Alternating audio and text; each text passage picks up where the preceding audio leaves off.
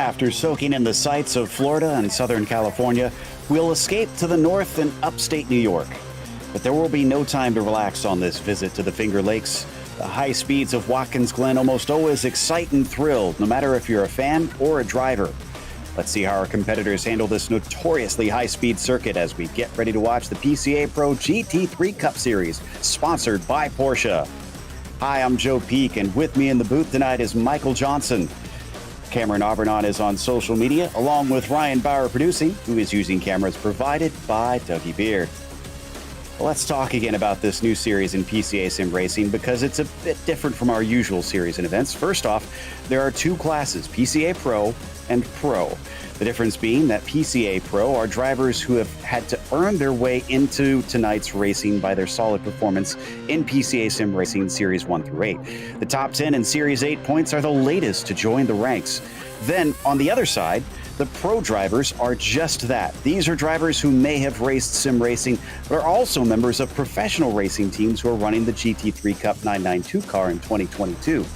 Teams include 311 RS Motorsports, ACI Motorsports, Apoapsis Performance Solutions, Eagles Canyon Racing, Hardpoint Motorsports, and others that will be joining us later in the series. But today, they are going to be tackling a classic in terms of sports car racing here in the U.S., Watkins Glen. Let's take a quick look at our track guide to understand what all is included in this place.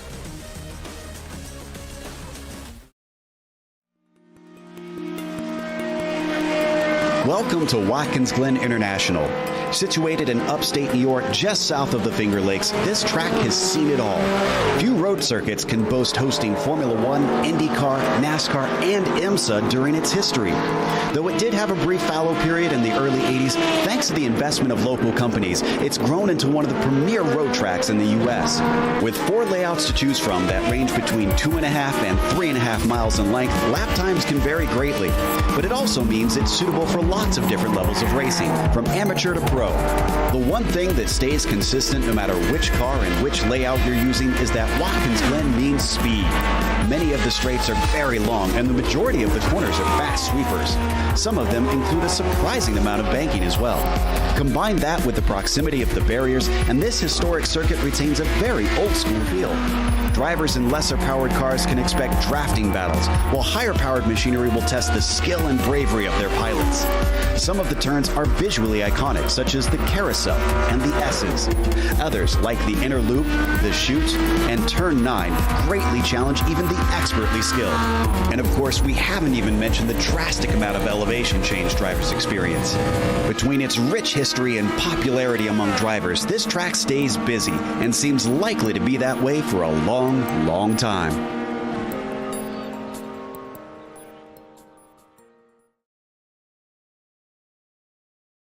Well, Michael, this is going to be a fun one. And tonight we, of course, run the full thing here, the boot with the inner loop included. So what does that mean if you're out there with the Porsche 992? Well, that means you're going to have some great passing opportunities. It's pretty much flat foot, unless the colder tires are going in the beginning of the race. Once they're warmed up, though, pretty much flat foot all the way up through those S's into the bus stop. That's going to be our first big passing zone if you can time that exit out of turn 1 just right. Also coming out of outer loop down into the chute, good opportunity there, but somebody really needs to make a mistake. Same way at the toe. Now, this track is a lot of fun. There are 12 turns here. Everybody knows the names of all of them, and it's pretty easy to tell. You've got the toe, the heel. One of my favorites is penultimate corner. It's the next to last corner. So it's a lot of fun. This track is so fast and so many opportunities to play and multiple lines. So one of my favorite places to go, especially when I'm driving something like, I don't know, a Crown Victoria. Hint, hint.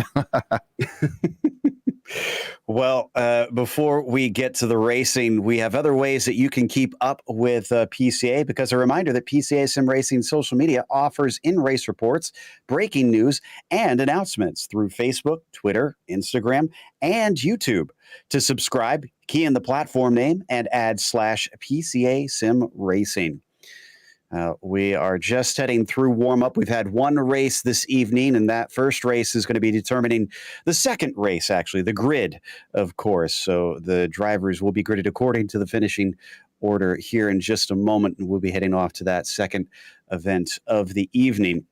But one thing I did notice in that first race, and though it has cooled down a little bit since that first run around, Michael, it looks like it's pretty hot track conditions out there today. 104 Fahrenheit right now during the warm-up.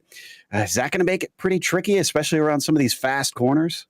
Yeah, 40 degrees Celsius, 104 degrees Fahrenheit. That is going to make it difficult to get the stick when you need it. However, at this track, personally, when it gets that hot, I kind of like to slide the car a little bit.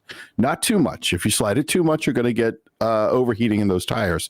But you can get away with a fair amount of slide, especially when you're going around the carousel.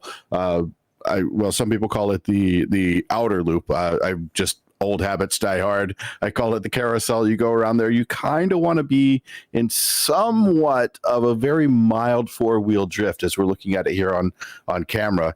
It just lends itself to it well, and a hot track lets you do that. Colder tracks, you kind of need to play with it a little differently. You can't let the car slide quite as much because that will eat up the tires. But when it's hot like this, go ahead and slide it through there, and you're going to have some fun and put the car right at the perfect spot as you come out of the carousel going down into the chute.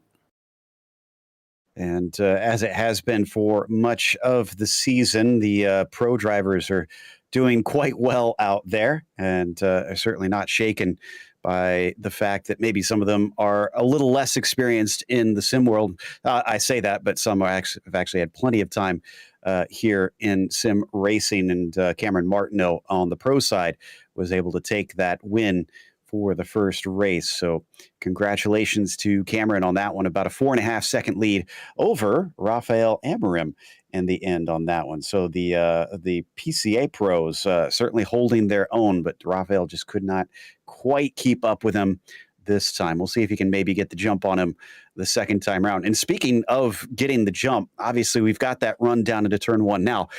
This is obviously not like the Watkins Glen of old. For a long time now, Michael, they've had that paved runoff to the outside.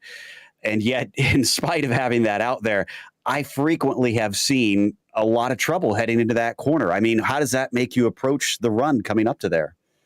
Well, having the runoff is good and bad. You have to remember, it adds a lot of length, a lot of distance to your run. So while you may gain speed, you don't necessarily gain time, because it's time to distance that we're worried about. And if you look at your sector times, it doesn't necessarily help you. It will keep you out of trouble, though, if things get a little bit crazy and maybe you're going, I don't know, 4 wide through the carousel. And it has happened. I've been out there, and especially other places on this course, it's very easy to get 3 wide. And having that little bit of extra runoff room is really helpful. Let's hope that it keeps everything nice and safe out there. But it's time to go to the starting grid for race number 2. As I mentioned, Cameron Martineau will start on the pole, having taken that victory with our first of our PCA Pro drivers, Rafael Amorim, starting to his outside. Trey Drawhorn will be in P3, with Chris Pies starting in 4th. After that, you've got Shabal Banjopaje, P5. Jim Huth is going to be starting from the 6th position, and Jordan Dyer will be P7. To his outside, it's Leif Peterson. Arthur Chan is going to be starting from 9th, and then row 5 is completed by Ed Eisenring. And it looks like we're going to have Bill Anderson in P11, and then right behind him, Chris Walsh, Joe Stiefel, with Derwin Kostanak right behind him. I try to add an extra syllable in there every time. Travis Brody, then Nikki Chan, Chris Brown, Jacob Schum, Rick Reinsberg, Dimitri Dimakis, and then in 21st, and the final position is Robert Totino.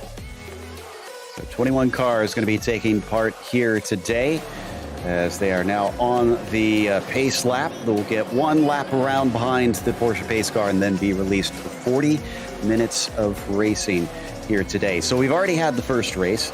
So, Michael, do you find in these situations, these sorts of double headers that you've raced, both in real life and in the sim world, Does that help you? Do you feel like you do better on the second time around, or does it just make it harder because everybody's had that practice run? I like to use the first race as the opportunity to size up the competition. We're all, well, okay, here comes a truth bomb. We're all sandbagging a little bit in practice. It really happens. Yeah, I will intentionally slow down on a corner and just not show all my cards just yet. And it absolutely happens. Then you get into the race and the gloves are off. It's time to go. And I still try to kind of slow down a little bit, back it off, but you're still racing and you've got the racing mindset. And why be out there if you're not trying to win? So, you've got that mindset. I got to go. I got to win. I got to get out there. And it's hard to hide it sometimes. So I like to use that first race to size up my competition for the feature race and then make it happen in the feature race and hopefully not get crashed out or a self-spin crash out. Yeah, the last thing that you want, especially in this sort of situation where you finish winds up having an impact on that second race because of your starting position here on the grid. As they come out of the toe of the boot, Martineau leading them single file before they will go back double file and then take off on their way down into the 90. And this has been a fun one to watch so far this season. We started off at Sebring. We went across the country out to Long Beach and then just jumped a little bit over from LA to Monterey to Laguna Seca for the third race. And then now here for the fourth one. We have stepped away from the coasts a little bit, at least. We're still off to the east side, but we're up in New York here in Watkins, going a lot of very classic tracks on the schedule for this series, including next time out Road America, another one you definitely don't want to miss because it always puts on a good show. But it looks like we are now getting ready to take off as they come through that penultimate corner, and Cameron Martineau is going to be released to wait for the green flag. We'll see what he does here as the Porsche pace car is going to let them go, and he has to wait for the signal from Barney. There we go. Pace car is in the lane. And green flag is out. Big jump for Martineau. He gets well ahead of Amorim. And Trey Drawhorn is going to try and take that second place away. But as he tries to break deep, he's not quite brave enough. He'll fall back into third. And in fact, it looks like Chris Pies might have a good jump heading up the hill. Yeah, Chris is putting his nose right in there, getting a good position. Kind of aggressive, but still well within what this car is able to do right now. And remember, cold tires at the beginning, but they've had a full lap to try to get some heat in them. So there's a little bit, but what's going to be really telling is right now. Look at him go through the bus stop. Kostnak not happy. He had a little bit of contact side to side with Nicky Chan up through the S's. That's a narrow and fast part of the track. When he came back on, he had some contact with Rick Reinsberg on top of things. And that's another difference compared to the regular series here in PCA. They don't have a spare car waiting for moments like that, Michael. Yeah, the spare car, I like the idea of a spare car because of the idiosyncrasies of the sim. Now, real life, I'd love to have a spare car, but we can't really do it there. It doesn't work quite as effectively as it does here in the sim. But I do like it in the sim. I think it's a good idea. But, sometimes you just got to force people to play nicely, at least hope to, by saying you don't get that free car, you don't get that fast repair. But there are just some idiosyncrasies of the sim that happen every once in a while that I would prefer to have one. Banjapaje having a little bit of side-by-side action with Jordan Dyer, and it's Banjapaje who keeps that sixth position in the end. They get ready to complete lap one. Takes a bit to get around here, nearly 2 minutes just to circulate one time. And as they come to cross the line, Martineau still leads, Amorim is second, and Chris Pies is in third. And it is still very, very close. Do we anticipate this being the case for much of this race, Michael, with the slipstream? Well, the slipstream has not been as effective as I was thinking it would be, as we see in the background one car going very wide. But there is some effect to the slipstream. But what happens is you come off turn one so fast, and it doesn't really start to help you until you get above about 140, 150 miles an hour. And they just about hit 160 there. That was Banjapaje we saw going a little bit wide into the 90. So Chabal winds up in 15th after such a great fight there at the end of the first lap. But we see our leaders now, Martineau, Amram, and Pies. Well, let's not count out Trey Drawhorn as well, who got overtaken by Chris, probably wants that spot back. And they got Jim Huth basically rounding out the top group. There's Drawhorn you see on your screen as he tries to chase the podium runners. So a 5-car breakaway here early on. Jordan Dyer's the next one back there in 6th. Yeah, we've got our peloton running out in front here to use a cycling turn. One of my friends is cycling through Ireland right now, so my brain is in cycling mode. But yeah, we got this little peloton pulling out to the front, doing a nice job holding it out there. And even right there at the end, looking at P5 right now, that's Jim Hugh. He's stuck right in there. He has enough of a draft to be able to hang with these guys. And I think he's got enough talent to actually push up in there and probably take a position. It may take a mistake from somebody, though. So Jim sitting back, looking a little bit patient, at least for the time being. We know he's got speed. Unfortunately, it looks like Derwin Kosnak was given a black flag for what I believe is the opening incidents on lap 1. And he's already in pit lane, I think, taking repairs. So it's a bit of a moot point for him. As we come back through the S's once again. This is looking a lot closer for Amram in the red machine, chasing on the white, black, and red of Martineau. He's going to defend to the inside as they come up into the inner loop, but then back to the racing line. He feels safe enough. Yeah, very nice positioning of the car there from Martineau. It did exactly what you have to do there. You need to hold that middle and just gently move over. You can't make 2 moves, but you can make 1 move. And as long as you're still moving, you're good to go. And you just have to watch for what's going on. Now, this is some good information for Raphael. Raphael now knows what that defensive posture is going to be and can force a move out of Martineau. We'll see how he plays it. It'll probably be in about, 35 minutes left. Let's say 34 and a half minutes. We're going to see a move going into there that's markedly different than what we just witnessed.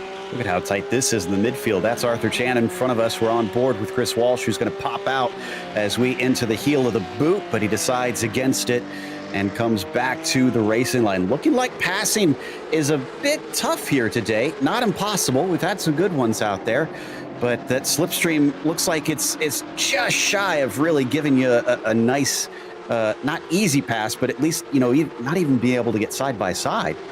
You really need somebody to make a mistake or a partial mistake. Maybe get a little bit of wheel spin out of turn 1, go a little bit wide out of turn 1, and then you have the opportunity. Maybe if they get wiggly going through the S's, you have that chance then. As we just watched Raphael Amram going for that pass. He wanted to make it, and you could see what was going through his mind, but he again is just sizing that up right now. He's in a very comfortable position, doesn't need to make any moves that would put either him or Martineau into a bad place. Yeah, and yet again, he had another opportunity if he wanted to be aggressive, but didn't take it as they came up to the inner loop. So Amram remains in second, continues to draw along Pies, Drawhorn, and Huth behind them. I'm sure this is going to erupt later on, as I believe there's no pit stops in this series, so the drivers basically have a flat-out sprint from beginning to the end. And we hop on board with Lee Peterson in the meantime, just behind Jordan Dyer. Arthur Chan and Chris Walsh, who we were watching earlier, are directly behind him as well. This is a 4-car train where we could see one of those mistakes give something up, but it's as we mentioned earlier, Michael, this is the top of the top, both on the sim side and the real world side. So it's going to be hard to get a mistake out of anybody. Well, I can tell you mistakes can be made by pro drivers, not a problem, but I honestly think the sim drivers have a little bit of an advantage in that. Now, some pro drivers do a lot of sim racing. I do a lot of sim racing, and I'm slowly working my iRating back up, but some of these guys, pro drivers and the PCA pro drivers, are looking at iRating in the 5,000-6,000 range, which is very, very high. So we know they are incredibly talented when it comes to the sim side as well.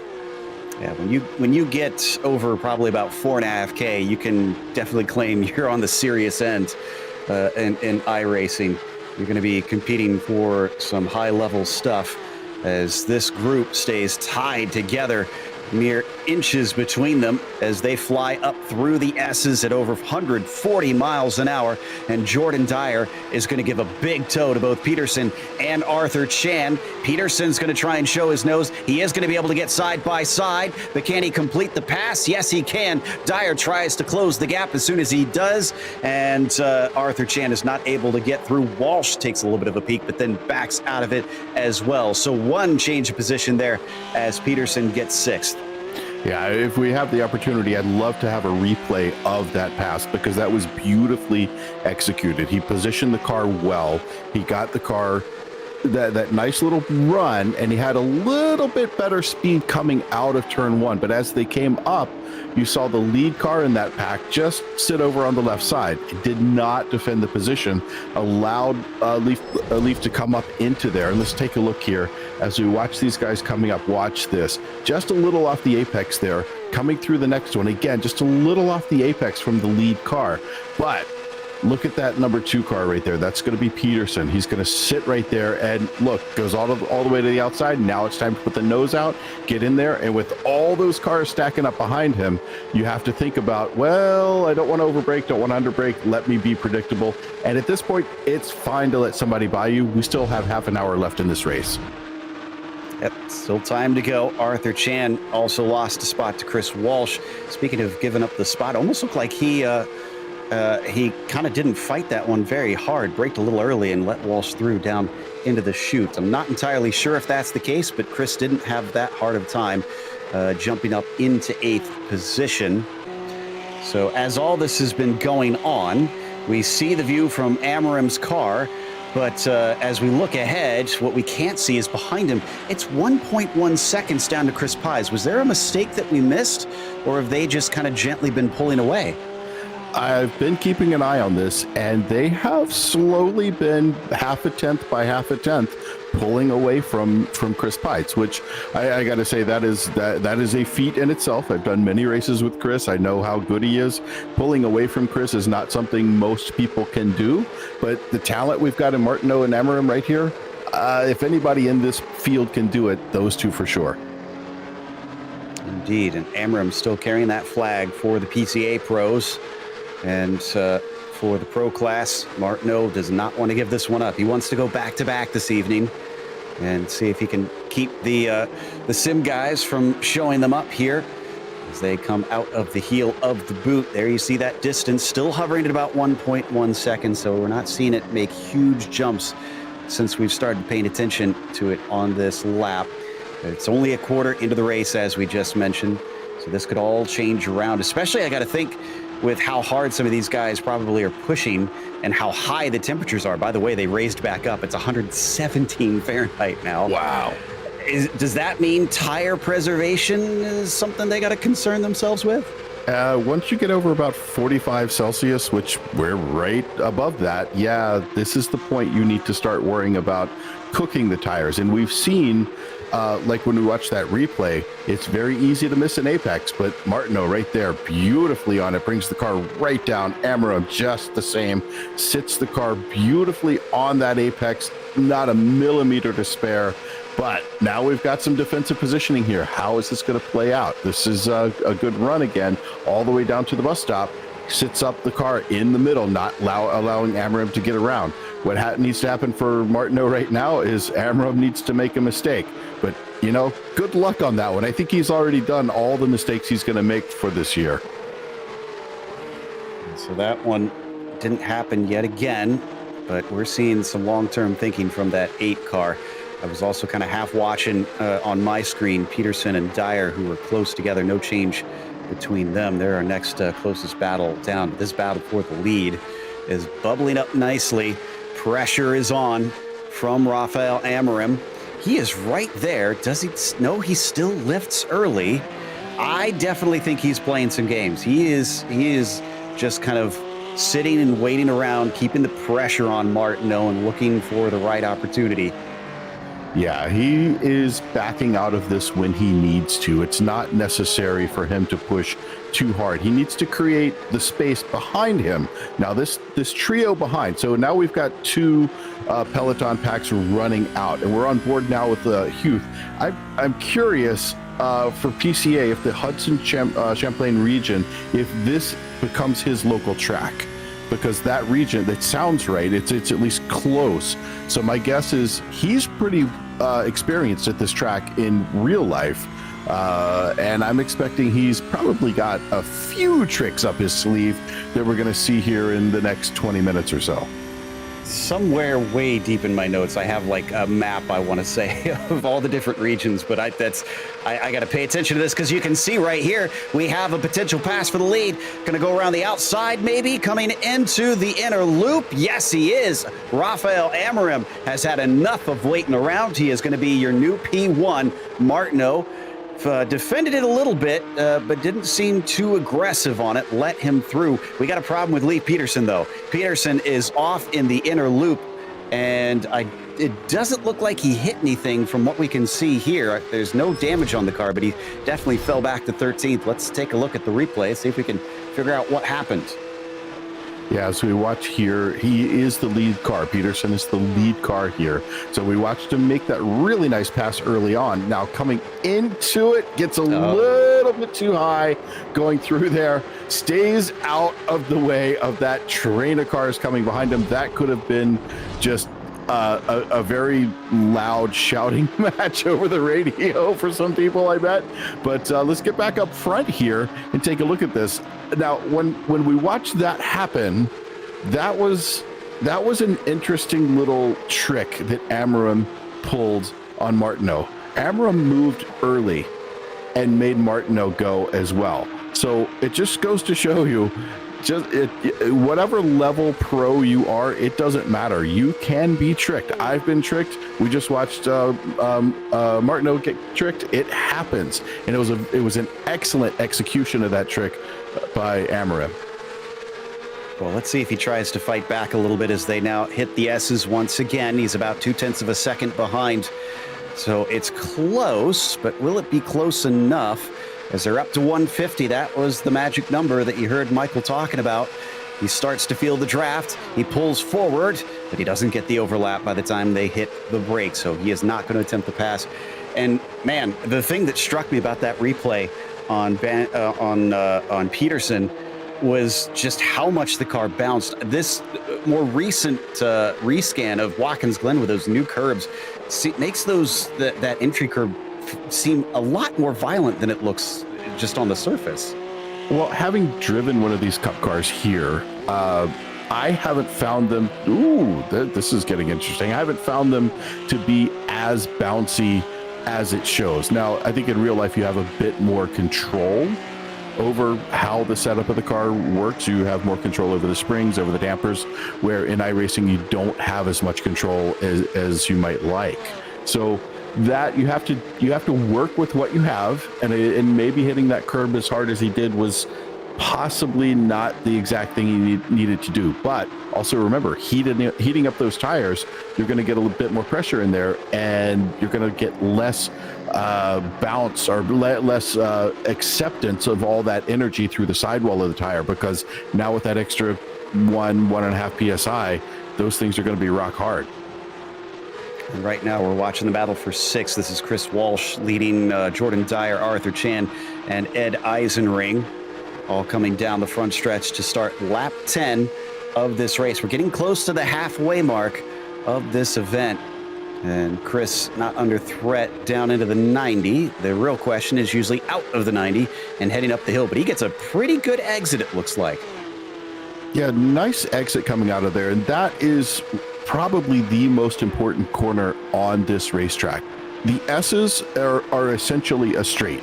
Honestly, they really are essentially a straight. As we watch here, trying to get the nose out with very little defense, and very little defense in that. That was not necessary that time, and it may have been a pop out a little bit too soon, or intentional to give yourself a little bit of drag so you don't have to lift off the throttle.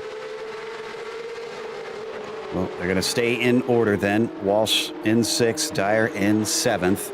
Behind them, they've got a little trio you can probably see in the background. There they are.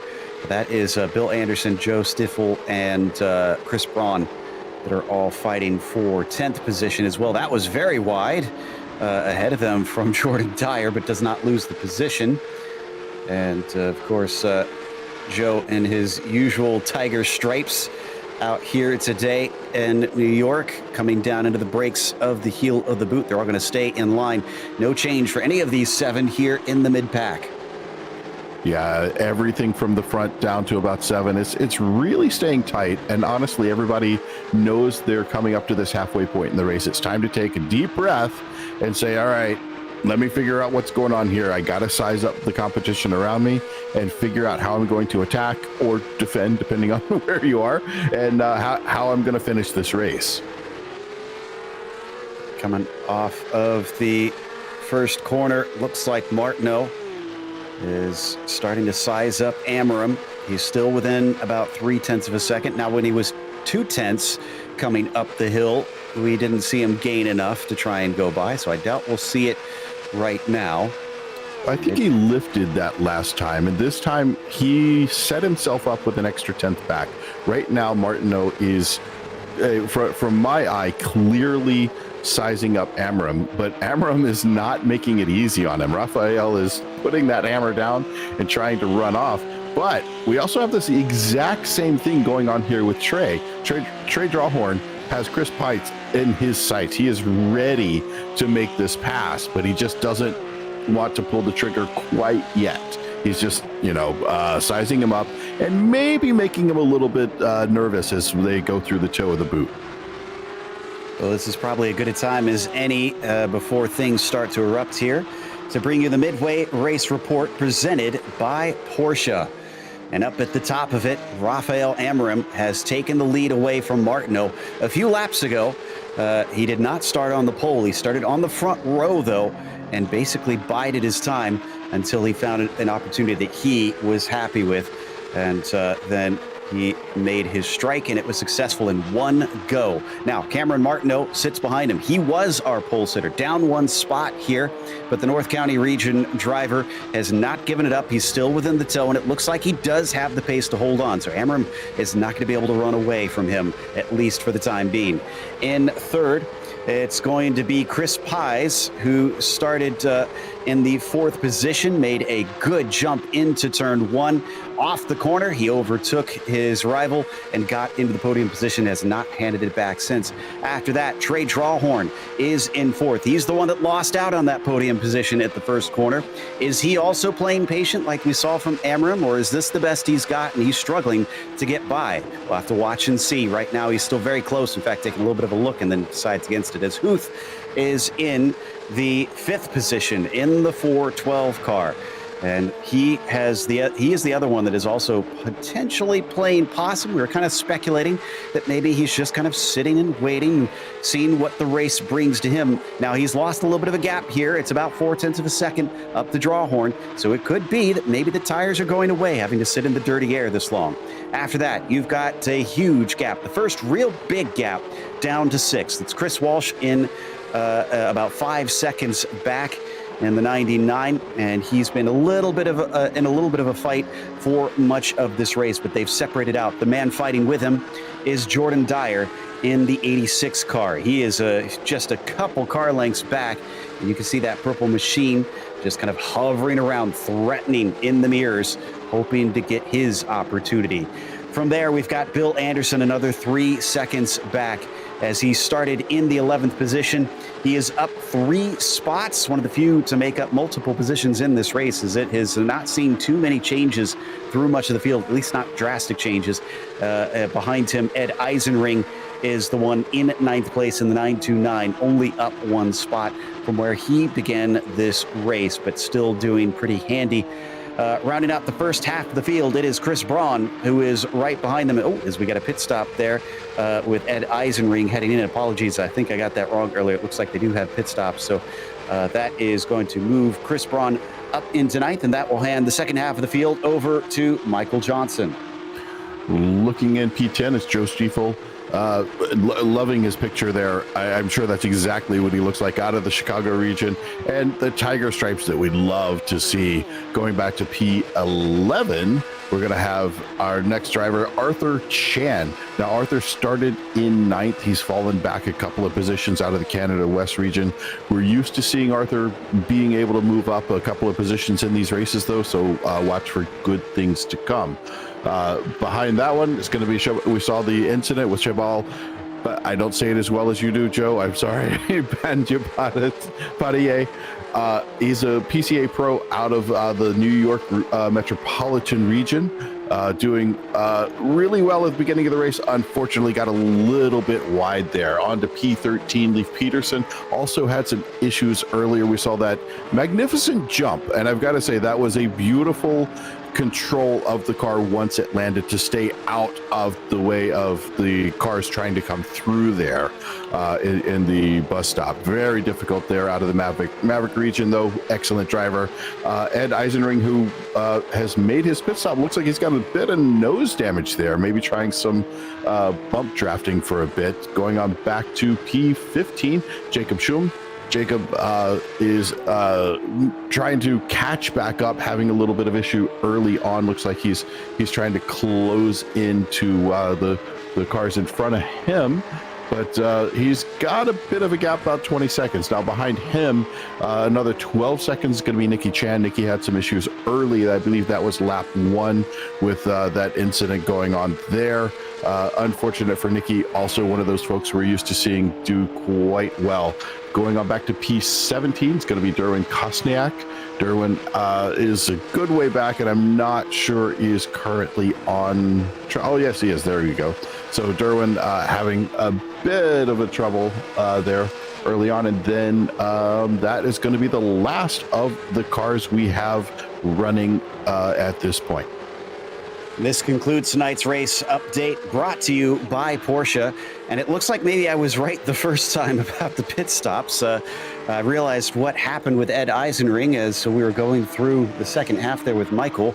I didn't notice that damage before. Well, Ed got a black flag. That damage was from him contacting Arthur Chan, unfortunately. So he had to come in and give a stop and go.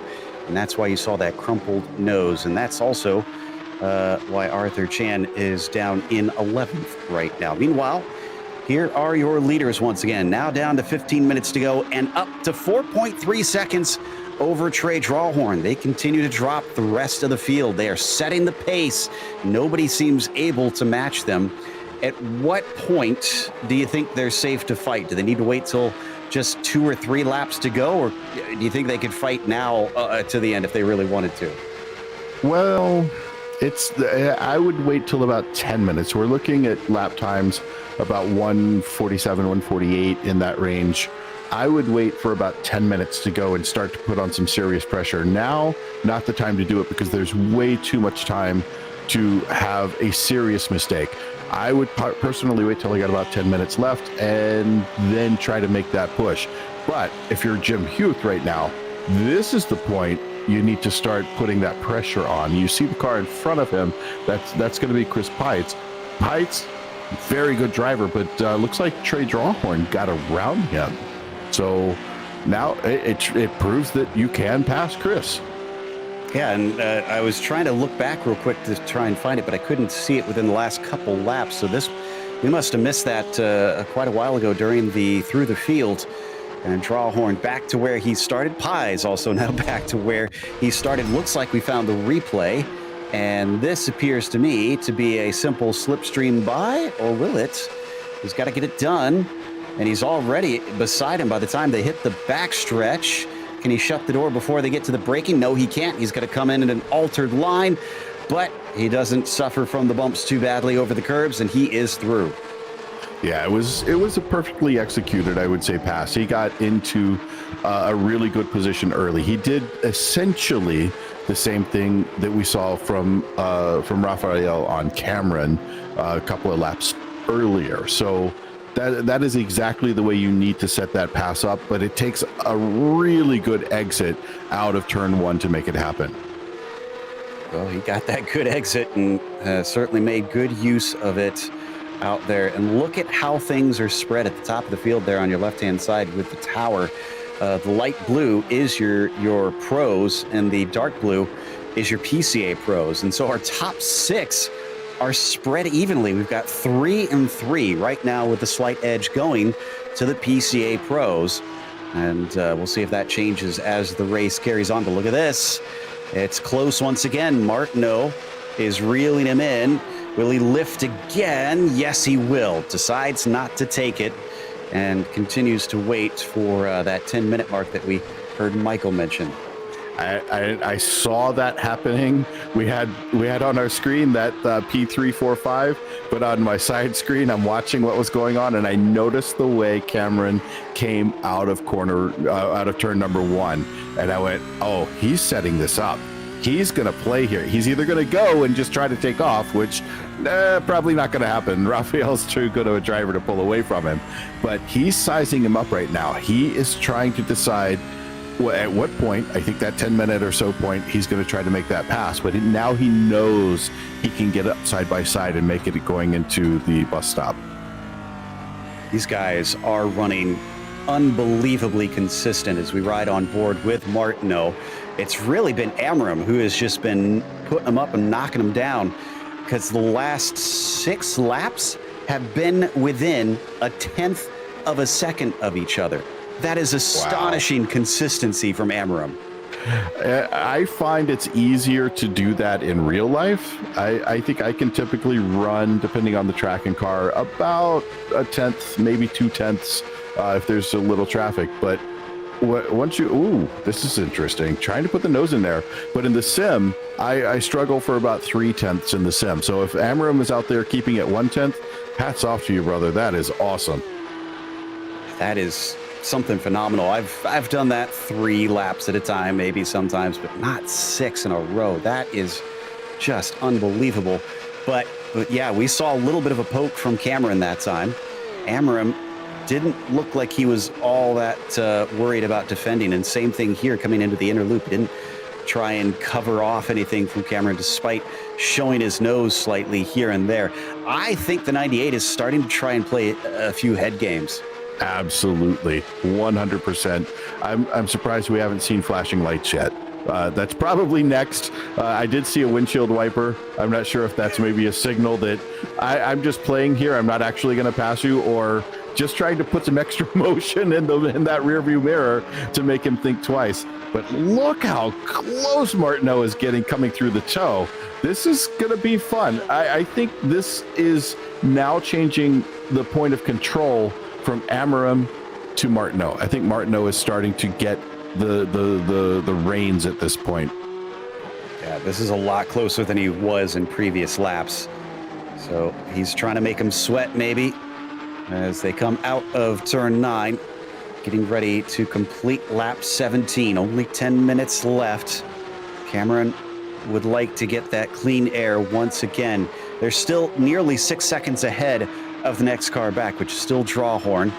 And let's see if he shows himself in his mirrors coming down into the 90. He's got a very good run. Good enough that maybe this is a legitimate attempt. No, he's not going to try and actually make the pass, but he was very close to it. Amram still shuts the door and takes the apex. Is this now the time? Does Martineau feel the opportunity creeping closer as they pick up speed up through the S's? He's about the same distance as he was last time. Let's see if he tries to make this pass. Look how close he's getting. He is really closing this down, but I see a little fade from Amram there, kind of signaling that, no, I'm going to take this. So I am going to guess they want to hold on out front right now. We're just watching a really nice masterclass. One on defense from Amram and one on attack from Martineau. They are both playing this beautifully. They're not over aggressive. They're not overdoing these moves because they know that only 6 seconds, it sounds like a lot, but when you make a mistake and that car gets sideways and you have to get it going again, that 6 seconds becomes minus 6 seconds because they're out front of you. And they might actually be battling themselves pretty soon, because I saw Drawhorn go defensive down into the inner loop last time. So I'll keep half an eye on that one as we keep the cameras here on the battle for the lead. Somebody had an off there. I see a lot of smoke and some dust, but not sure who that was. We'll have to investigate that in a little bit, see if we can figure out if that was a back marker or something else. Meanwhile, speaking of back markers, they're actually approaching Nicky Chan now. So Nicky is going to have to give way pretty soon, as he's going to be getting blue flags. And will this affect our leaders? This will affect them in that you're going to see Rafael try to use him for two very important things. One, a little bit of a draft. Two, hopefully, if he can set it up with the timing just right, a pick. So the driver in the bad position here, which is going to be Nicky, he still has a right to the track. These guys have to get around him if they can. Now, he can't block them. He can't really race them, but he still has a right to be on the track. So he's not just going to roll over and play dead. He still wants to catch back up and get back to his race. There we see that battle for third, and Drawhorn will hold on to it, but Pies is very close here. Coming down through the outer loop, we can see passes at times into the chute. Very wide there for Drawhorn, but kept it out of the grass as they hit that left-hander. No attempt from Chris Pies this time. He actually got into the brakes a little early there. I was kind of surprised. I thought he was going to close that up, but he looked like he at least lifted, if not braked a little bit. But now we're back to the front. Look at that. He's being aggressive. This is as aggressive as you want to get right now. And then, no, that wide. Oh, going through there. Oh, this is going to get exciting. Now you see how the mind games are taking hold. Just the littlest of mistakes. It looks like Cameron maybe have gotten some cracks out of the number 8 car, and that put him on the back foot coming into turn 9, but it was not enough for Martineau to be able to try and pass. They're still approaching Nicky Chan. Will that allow the 8 car to use that little bit of slipstream to make it more difficult? As we look back now at third position once again, Drawhorn has the bright green number 14 all over his rear bumper, but Pies elects not to use it here into the 90, which I honestly think is probably the smart move here. Let's see what kind of exit he gets.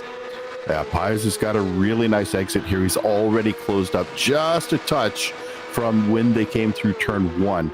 I think this is probably his best opportunity here as we watch them coming up here just over 150 miles per hour. This is where it really starts to kick in. Now, slightly defensive. You see he's just a tiny bit off there. He's just a tiny bit, Drawhorn that is just a tiny bit off to that right side, trying to hold it out. Now, if we go back up front, though, it looks like Amaram has gotten around Nicky Chan also. Amaram and Martineau both. Amaram was not able to set the pick. Yeah, Chan intentionally pulled off to the side and let them through. And Chan is extremely experienced. He's been doing this as long as, if not longer, than I've been broadcasting. So a decade or more for that purple machine. So he knows how to try and let the leaders by when he knows his race is really not compromised any more or less by just being polite. In the meantime, Amaram has only to make 4 more minutes, so this is going to be close on how many laps we have left. It's minute 48 for most of these laps, so we're looking at 3 to go. Yeah, 3 to go, because I don't think they're going to be able to get to the line in time for only 2 to go here. And this is fuel calculation panic point, because if you get to the line a little bit too quick, that's an extra lap. Now with this race going on up here and these two really pushing pretty hard, I mean, they are still 6.5 seconds out in front of Drawhorn, so they need to be aware of their fuel level, and they kind of need a target to drive to. I don't know if either one of these guys are using a statistician and somebody to sit there and crunch the numbers for him. But look at this. Look at how much he runs up on him right there, and then clearly backs out of it. This is going to be a pass going into the bus stop in 2 laps. 2 laps. I'm going to see the attempt. Speaking of which, Drawhorn was all the way down to the inside, all the way to the right-hand side of the track. trying to defend on Pies last time, coming to the inner loop. So he's feeling quite threatened at this stage, as he's leaving no room for Chris to try and get sneaky. Will we see the same from Amram? Will he try and put himself completely off to the side to make sure that he retains the line he wants? Or will he just cut it in half and run part way across the track, leaving both sides open potentially? Meanwhile, down into the heel of the boot, it is going to be 2 to go at the line this time.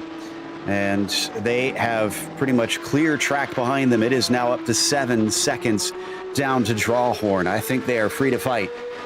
I think they are free to fight as well. These guys have got it happening, but this is going to be, I think this is going to be a little bit of a fuel calculation nightmare for somebody, because we are right at 2 minutes and it's about 10 seconds off of the time they're going to need to shorten this race by a lap. So it could have been final lap, not going to be. They've got 2 to go here.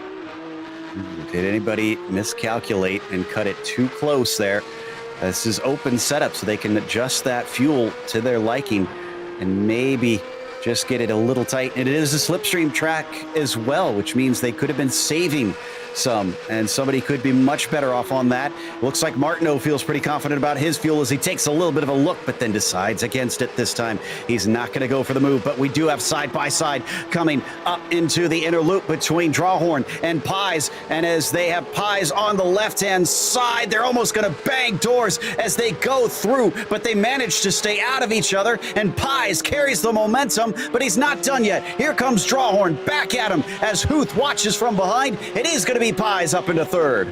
But watch for Huth right here. He's got that nose on the inside. He's going to try to stick it right into the inside there and think, oh, yes, that was beautifully executed, watching what was going on. But now he's got to defend this position back as he gets into the turn. He goes wide into the grass. Oh, I think there was a tiny bit of contact as they approached the corner. Nothing nefarious there, but Huth goes off and into the tires. He winds up instead of fourth all the way down into seventh. So that breaks up our battle for the third spot, and now we can focus on our lead 2. 1 to go at the line, and there is 2 tenths between them. They have seemed almost perfectly matched. Is this going to be a chess battle? Who can out-strategize the other? Wow, and I just looked over. They turned the exact same lap time last lap through. It was a 48.299 on the previous lap. This lap, they were slightly separated with Martineau a tiny bit faster. Look how close Martineau is, and look how much more control he has of the car right now. They are so close. It's about a quarter of a second. This is exactly where Martineau wants to be. We're going to see him make a move, I think, right at the end of this straightaway. Cameron's been waiting for this. He gave up the lead earlier on in the first half of the race. Now he's going to try to get it back at the last call. And he outbrakes himself. He goes into the runoff, and that is going to be a severe slowdown penalty for the 98, effectively handing the win to Amram from there. Oh, no. And Pies and Drawhorn are side by side. Oh, and that goes to Drawhorn as Pies just went off track as well, nearly losing the car. Nearly losing the car. Now I'm curious what kind of penalty Martineau is going to see. He's got to be bleeding this off as much as he can. There is a time penalty for straight lining that bus stop there. So he's got to be bleeding this off and looking in his rearview mirror, waiting for either Drawhorn or Pies. I'm not sure which one of those two is going to make it out of here, because they're having a really good battle as well. My timing and scoring is showing Martineau has handed the time back, so he's good, and he's about 1.7 seconds. Drawhorn and Pies actually made contact in that exchange. I don't know if we saw it on camera, but I went back to rewind to check it out, and they actually came together, so I wouldn't be surprised if Pies is a little aggrieved on that one, or if there's potentially a post-race penalty. We'll have to wait and see if that's the case. But for Rafael Amram, holding the flag for the PCA Pros, is going to win here today at Watkins Glen. Yeah, nice job. Nice battle there. He defended it well, but we got to look back. Is he going to pop out? This is Chris right behind him. Pies trying to hold on and doesn't get it. Looks like Chris Pies is going to be in fourth with Trey Drawhorn in third. Those elbows out stuff for the final step on the podium coming to the line. Huth is going to beat Braun. after he tried to recover from his off on the penultimate lap. Looks like Stifel is going to be behind Anderson as Arthur Chan nearly pipped him, though. Joe came home within the top 10 and will have 15 cars on the lead lap. Jacob Schum will be the last of them here today to be able to finish all 23 laps. So let's take a look at our finishing order. Amarim, your victor here today. Didn't get the pole, but that's not where the points were important. It's that finishing. And even though he got beat in the first round, he got his payback there. Martineau is going to have to regroup and come back next time to see what he can do to stop that from happening. Trey Drawhorn wound up on the podium. A little bit of controversial circumstances, though. We'll see if there's anything decided on that post-race. So this is all unofficial for now. Chris Pies was in fourth behind him, the one that made contact. Chris Walsh inherits a spot to manage a top 5 here today. The biggest, no, he was not the biggest gainer, actually. I just realized there's somebody who beat him. We'll get to him in a second. But Walsh was up 7. Nicely done by the 99. Jordan Dyer was up 1 to finish 6th here today. And Jim Huth, oh man, he's got to be kicking himself after that mistake with just 1 to go and winding up in 7th. It was Chris Braun who was our hard charger as he came up 9 positions from 17th to 8th today. Bill Anderson wound up in the 9th position. Joe Stifel was in 10th. Looking at P11, Arthur Chan, who was hot on the heels of Joe Stiefel there for a bit. And then I had it. I was practicing it in my head. Banjapaje doing a nice job holding on to 12th, coming back. Nice recovery drive getting up there. Leif Peterson in 13th, Ed Eisenring 14th. Jacob Schum, Nikki Chan. Jackie Chan does have a racing team, different person. Nikki Chan, 1 lap back. Derwin Kosniak, 12 laps back with Travis Brody, Nick Reinsberg, and Dimitri Dimakos not making it but a couple of laps. And Robert Tutino also 24 laps back. I think he was a did not start for this one, unfortunately. But Rafael Amarim did start, did not take the pole, but managed to use what he learned, I think, from that first race to try and make a challenge and then eventually hold off Cameron Martineau. How nerve-wracking was that, Rafael, at the end of the race, seeing him in your mirrors, knowing he's going to try and pull something? Yeah, it's pretty stressful. It's a lot easier to be behind him and kind of put the pressure than to be the one taking the pressure. So it was a great race, a lot of fun, and Cameron's just a great driver. So I knew he was going to try and kind of rattle me and force a mistake. So he was just kind of poking a little bit through the race. So I just know I needed to keep my focus and kind of maintain my lines and the consistency. And I figured last lap he's going to try something, so I'm just going to go on the defensive line here. And but I know he's like a very fast driver, so I know he wasn't going to try something that he wasn't going to be able to pull. So yeah, it was a fun race and super happy with the result. And it's also kind of redemption. You finished second in the first race. Did you feel like there was enough in it? Did you feel like you learned enough after that first race that I could go and get this win? Or was this a surprise? Yeah, no, I think my pace and Cameron's is pretty similar. I think any one of us really can take it. It's more about who's kind of in front and who's got the most consistency. I think I was running a little bit lower wing than him, so I think that helped me kind of pass him and stay up front. But yeah, first race was nice. I actually had a power outage in the middle of the race, and I was just looking at my battery backup, and I was about to park it when the power went back, so I got a bit distracted there and let him kind of open a gap, but I really tried to focus race 2. And you focused extremely well. Well, after missing 1 round at Laguna Seca, we are going to come to Road America. Will we see you in America's Dairyland up in Wisconsin? Oh, I sure hope so. It's a great track, a lot of fun, and definitely looking forward to it.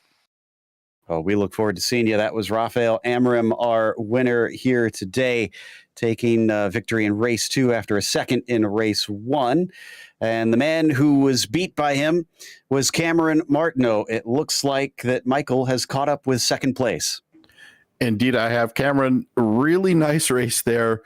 You put the car on the podium. You did everything right. It looked like there was just a little bit of speed there that Rafael had earlier on in the race that I felt like you just kind of let him by and wanted to pull away from the pack. Is that kind of what was going on? Yeah, absolutely, Michael. I mean, look, we were, even though, this is Pro v Pro, I mean, Rafael and I are in two different classes, so once he got that run and, just talking with him after race one, we just kind of agreed that we weren't going to, take any real risks here and just, pull away from the pack because, and not really force anything. So that's exactly what happened. I wanted to live to fight another day and, just pick up some points for hard point and, just think about it, the long-term race here.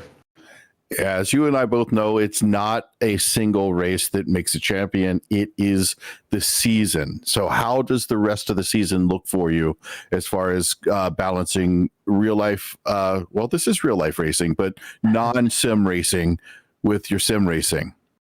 Yeah, I mean, I think, my schedule here, it's hard to get a lot of, seat time here in the sim, especially with, everything that's going on, balancing, working with, the real race teams here. I think I'll be able to make every round and I'm really just trying to think long term and, put in as much effort as I can for these races and, just come away with solid points each race and just see where we end up at the end.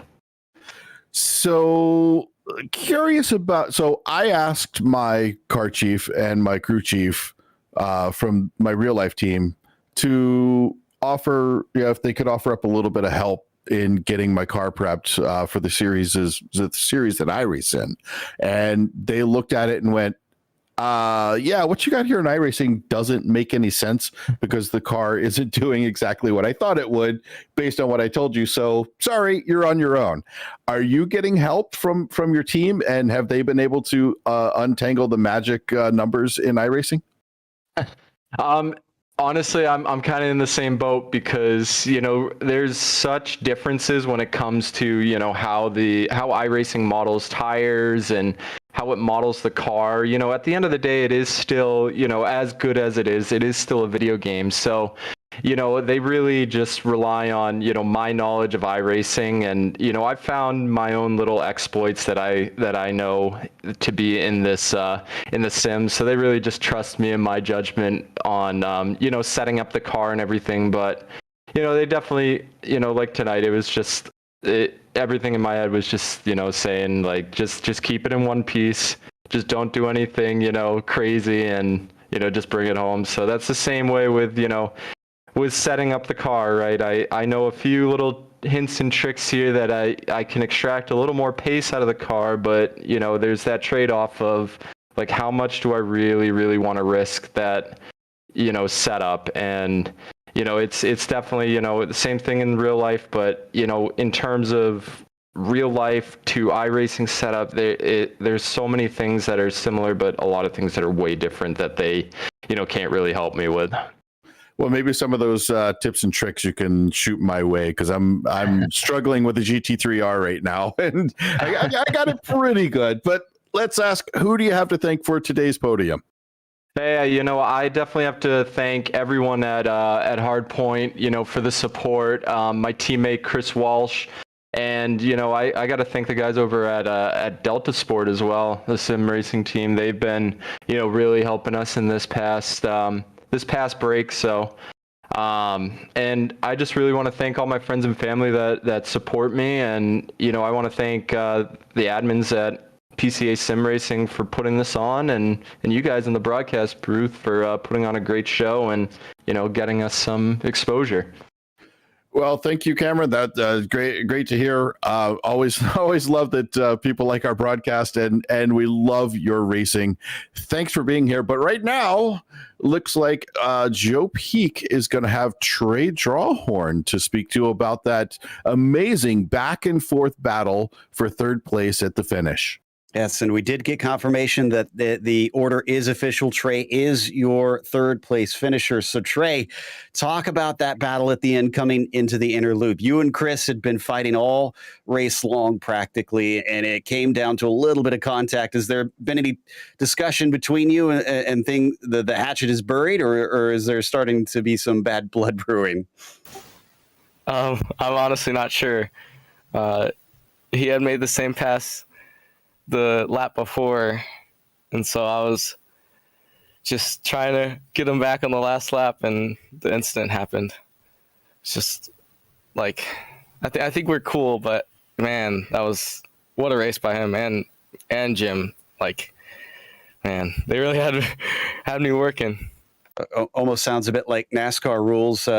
You race how you want to be raced and expect to get paid back. So you made it work, and it got you a podium. But man, he started things off just by showing what was in store and passed you coming off of turn one. I mean, did that kind of make you go, okay, that's how it's going to be, or were you just kind of like brushing that off and saying, oh, we got a long race to go? Man, when he passed me, because at the start I tried to pinch him off by closing the door and having me and Raphael side by side, and he just got a really good run. And yeah, I was like, I don't know if I'm going to catch him because he had the draft and he was really, really strong off the start. So it was really tough to have him pass you like that. Well, and all that wound up getting you just simply back to where you began the race in third. It seemed like Cameron and Raphael were kind of on another planet today. Do you expect yourself to be able to try and track them down in the next races? I hope if I work hard enough and maybe stay in the draft just a bit longer, there might be a slim chance, but it's so hard to catch those guys. Those guys are just, yeah, like you said, just on a different level. I'm just not there yet, and I'm still working to that spot.